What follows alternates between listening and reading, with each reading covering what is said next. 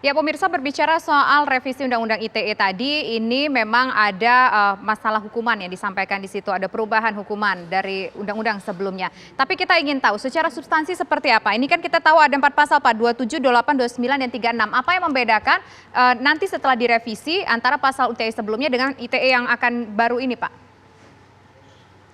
Itu di pasal 27 kan ada 4 ayat ya.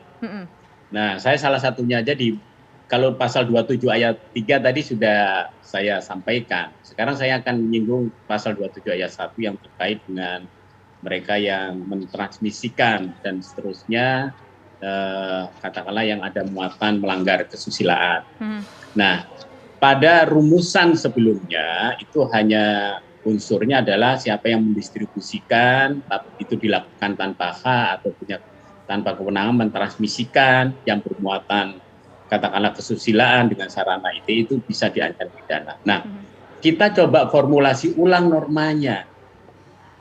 Apakah setiap orang yang mentransmisikan seperti itu mesti kena? Nah, kita coba perbaiki. Di dalam ketentuan revisi yang kita usulkan bahwa mentransmisikan itu tujuannya adalah untuk menyebarluaskan atau untuk diketahui umum. Misalnya begini, misalnya ini, suami istri membuat video lewat satu handphone. Kemudian oleh suaminya membuat video yang kontennya katakanlah kesusilaan. Kemudian oleh suaminya dikirim kepada istrinya, ke HP istrinya. Kalau kita melihatnya hanya dengan dalam konteks ketentuan perundang-undangan sebelumnya, itu sudah kena. Nah, kita coba perubahan dari norma itu, maka ada norma yang kita tambahkan untuk diketahui oleh umum. Jadi punya tujuan, punya motif tertentu untuk menyebarluaskan.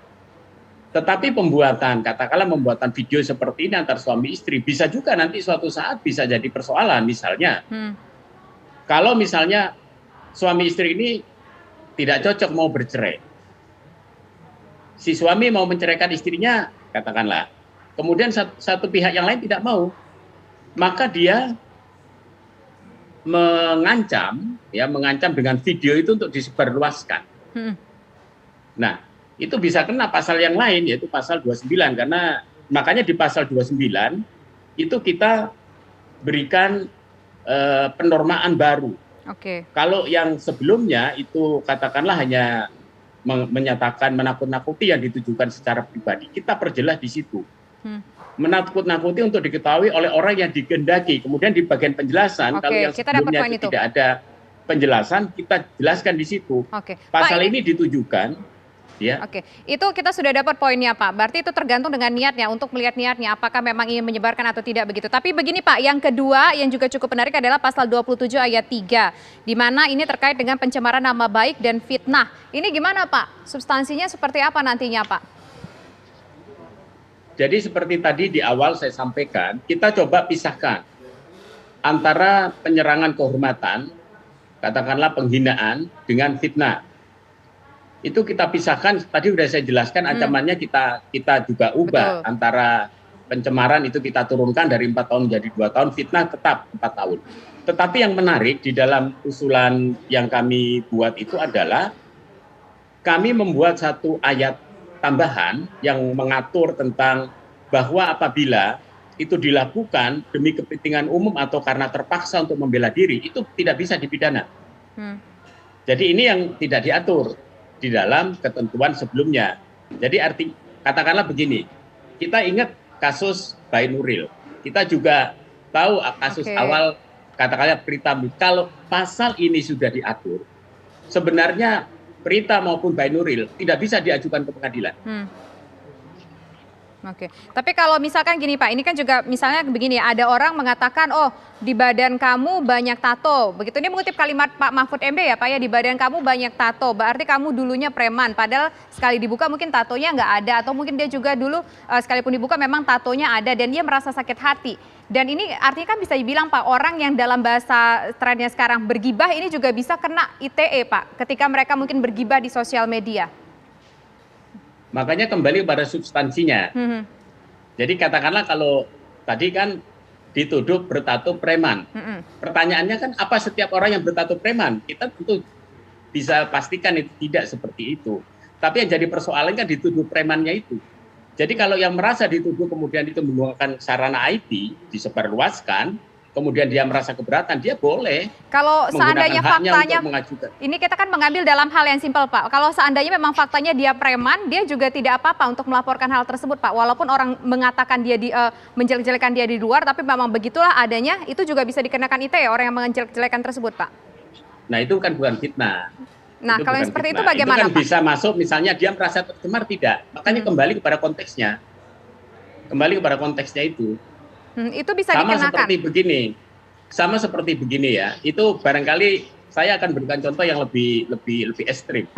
Misalnya ada seorang wanita, dia katakanlah punya pekerjaan yang bersifat menyimpang, katakanlah asusila lah misalnya.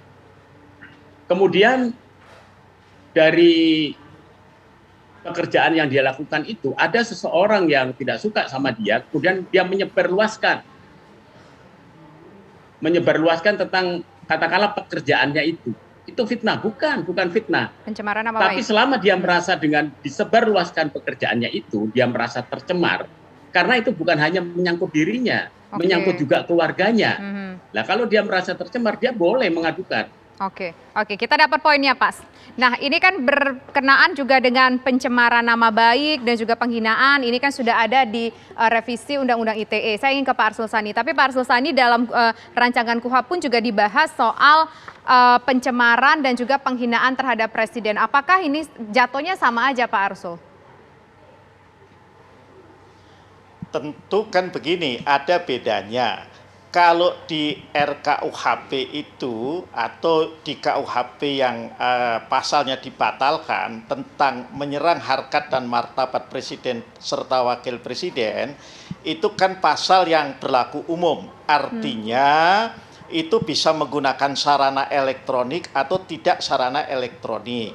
Nah, setelah ada pengaturan di Undang-Undang ITE, maka kalau dia menggunakan sarana elektronik saja, tentu akan terkena Undang-Undang ITE sebagai lex spesialis. Meskipun dalam teknis proses hukum tentunya baik penyidik maupun jaksa itu biasanya menggunakan dua pasal baik yang ada di Undang-Undang ITE maupun yang ada di dalam KUHP itu ya, seperti itu.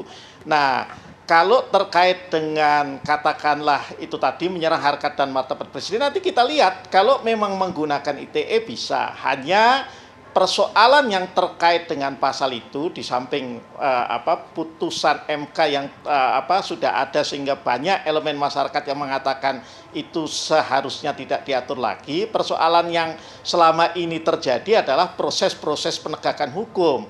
Karena ancaman pasalnya di dalam Undang-Undang ITE itu lebih dari 5 tahun, maka memberikan kewenangan kepada penegak hukum Polri untuk langsung menangkap dan menahan menggunakan upaya paksa. Nah, tadi Pak Sugeng menjelaskan, kalau ancaman hukumannya diturunkan menjadi 4 tahun, ya, artinya di bawah 5 tahun semuanya, maka ini saya kira juga akan lebih baik karena kemudian kritikan bahwa penegak hukum itu akan sewenang-wenang karena begitu melihat langsung katakanlah ditangkap, dibawa dan kemudian ditahan, ini akan juga tentu berkurang tanpa kemudian menghilangkan proses hukumnya. Jadi dari sisi due process of law, proses penegakan hukum yang baik, yang bermartabat, tentunya ini akan lebih menjamin penghormatan terhadap HAM. Kalau saya berpikirnya seperti itu, maka saya sepakat baik yang ada di RKUHP maupun di Undang-Undang ITE, pasal-pasal seperti ini diturunkan dan tidak perlu kemudian langsung Polri penegak hukum Polri itu bisa menggunakan upaya paksa. Pak, ini menarik Pak, karena kan sebelumnya soal penghinaan ini kan sudah pernah dihapuskan oleh MK Pak sebelumnya, tapi kemudian sekarang muncul lagi. Apakah ini menunjukkan ada sesuatu yang mungkin menimbulkan kecurigaan dari masyarakat Pak, soal yang dulu sudah dihapuskan oleh MK, sekarang dimunculin lagi. Tapi nanti dijawab ya Pak Arsul ya, kita jeda dulu. Pemirsa, kami kembali sesaat lagi. Baik.